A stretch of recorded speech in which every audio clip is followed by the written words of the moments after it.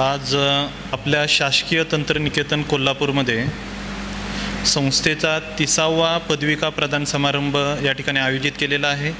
या कार्यक्रमाला व्यासपीठावरती उपस्थित ज्यांचं आपण आता प्रबोधन ऐकलं, हे समारंभाचे विशेष अतिथी माननीय श्री जयकुमार पारिख सर, कार्यक्रमाचे आणि आपले नियामक मंडळाचे अध्यक्ष माननीय डॉक्टर दत्तात्रय जाधव सर, आपल्या शासकीय तंत्रनिकेतन कोल्हापूरचे प्राचार्य माननीय captain doctor Nitin Sonje sir, व्यासपीठावरती उपस्थित सर्व मान्यवर आणि आपल्या तंत्रनिकेतनचे सर्व विभाग प्रमुख, सर्व प्राध्यापक, असिस्टंट प्रोफेसर, सर्व स्टाफ आणि या ठिकाणी मोठ्या संख्येने उपस्थित असणारे सर्व स्नातक। सर्वप्रथम मी आपल्या सर्व स्नातकांचं, जे 371 स्नातकांना आज आपण पदविका प्रदान करत आहोत, या सर्व 371 स्नातकांचं अभिनंदन करतो आणि मागील 3 वर्षामध्ये आपण जे काही कष्ट घेतलं त्या कष्टाचं प्रतीक म्हणून आपल्याला पदविकेने सन्मानित केलं जात आहे। त्याबद्दल आपल्या सर्वांचं परत एकदा अभिनंदन करून पुढच्या वाटचालीसाठी आपल्याला शुभेच्छा देतो। आत्ताच जयकुमार पारिख सरांनी आपल्याला डिटेलमध्ये मार्गदर्शन केलं की विद्यार्थी म्हणून आपल्या जबाबदाऱ्या काय आहेत, पुढे एक नव अभियंते म्हणून पुढे आपल्या जबाबदाऱ्या काय आहेत आणि कशा पद्धतीने आपण वाटचाल केली पाहिजे याबद्दल मार्गदर्शन केलं। मी काय आपला जास्त वेळ घेणार नाही, कार्यक्रमाला अगोदरच उशीर झालेला होता, परंतु काय माझे 1-2 अनुभव सांगून 1-2 गोष्टी ज्या आपल्याला उपयुक्त ठरतील एवढंच फक्त मी माझ्या संबोधनामध्ये आपल्याला बोलेन। विद्यार्थी काल हा खरोखरच म्हणजे आयुष्यातला सर्वात सुवर्ण काळ जो आपल्याला म्हणता येईल। जसं एखादं रोप आहे ते बियाण्यापासून ते रोप बनतं, बियाण्याला रोपाला कशा पद्धतीने खत पाणी दिलं जातं त्यावरती मोठा वृक्ष कसा राहील ते अवलंबून असतं आणि प्रत्येक वृक्ष काही सारखा राहत नाही। प्रत्येक वृक्ष ज्या पद्धतीने त्याची रुजवण मातीमध्ये होत असते त्या पद्धतीने तो वृक्ष बनतो। तसंच हा विद्यार्थी काल हा आपला आहे आणि आपण एक मोठं रोप बनून या ठिकाणी महाविद्यालयामध्ये आलेला असतात आणि मोठा वृक्ष बनून आपण बाहेर पडणार असतात आणि ही जी वाटचाल आपली असते ती आपल्या महाविद्यालयामधली वाटचाल असते।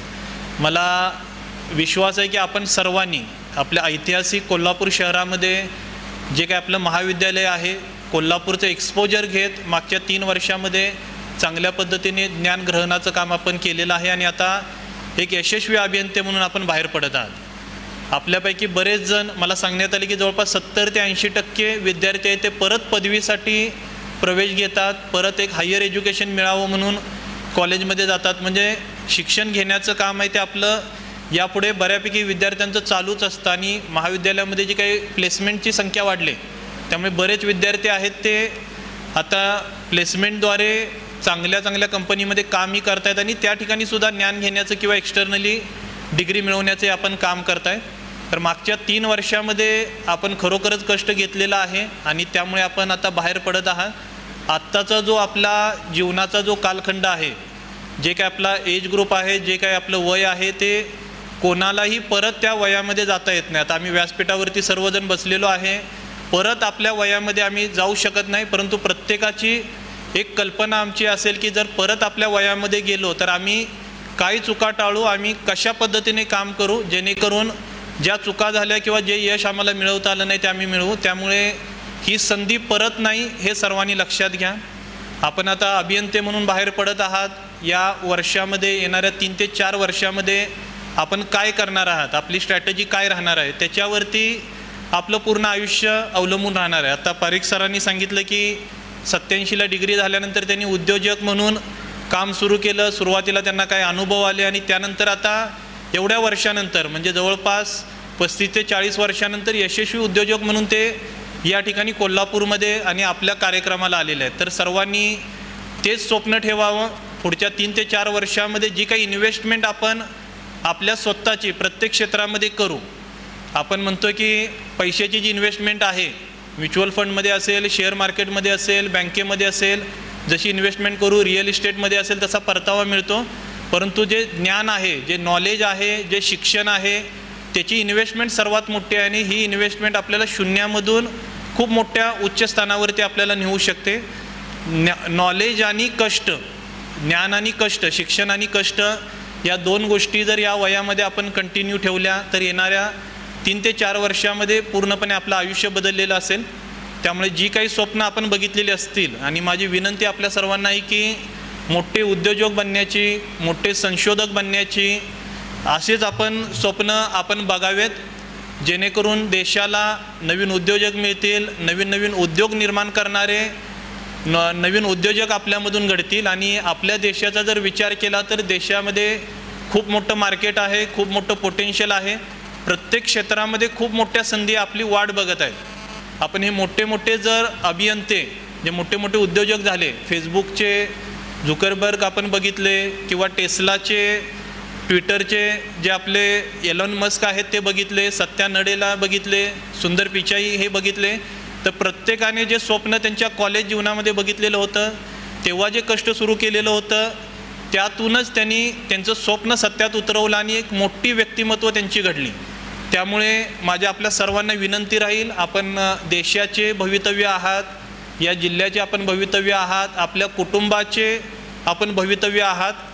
त्यामुळे येणाऱ्या कालावधीमध्ये, येणाऱ्या 3 ते 4 वर्षामध्ये जे काही आपण स्वप्न बघितलेलं असेल त्या स्वप्न सत्यात उतरवण्याचं, आणि येणारे 3 ते 4 वर्ष आपल्या व्यक्तिमत्वामध्ये जेवढी जास्तीत जास्त सुधारणा आपल्याला प्रत्येक पद्धतीने करता येईल, नॉलेज गेनच्या पद्धतीतून करता येईल, वेगवेगळे एक्सपोजरमधून करता येईल, वेगवेगळ्या ठिकाणी प्रवास करून करता येईल. आणि टेक्नॉलॉजी जी काय इव्हर चेंजिंग आहे, टेक्नॉलॉजी जी बदलत आहे, ती टेक्नॉलॉजी आत्मसात करून, कोणतीही टेक्नॉलॉजी तुम्ही फक्त एका ट्रेडचे आहात म्हणून दुसऱ्या ट्रेडची टेक्नॉलॉजी तुम्ही मिळवू शकत नाही असं आता काही राहिलेलं नाही.